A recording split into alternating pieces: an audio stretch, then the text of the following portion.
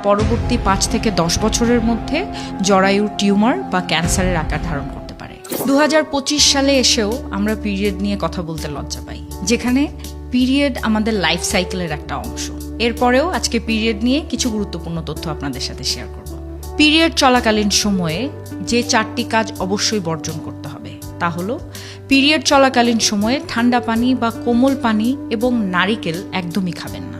এ সময় মাথায় শ্যাম্পু ব্যবহার করবেন না, কারণ পিরিয়ড চলাকালীন সময়ে চুলের গোড়া একটু নরম হয়, ফলে লোমকূপ উন্মুক্ত হয়ে পড়ে। শ্যাম্পু ব্যবহার এ সময় অত্যন্ত ঝুঁকিপূর্ণ এবং দীর্ঘস্থায়ী মাথা ব্যথার কারণ হতে পারে। এ সময় শশা খাবেন না, কারণ শশার মধ্যে থাকা রস পিরিয়ডের রক্তকে জরায়ুর প্রাচীরে আটকে দিতে পারে, যার ফলে আপনার বন্ধ্যা হয়ে যাওয়ার সম্ভাবনা রয়েছে।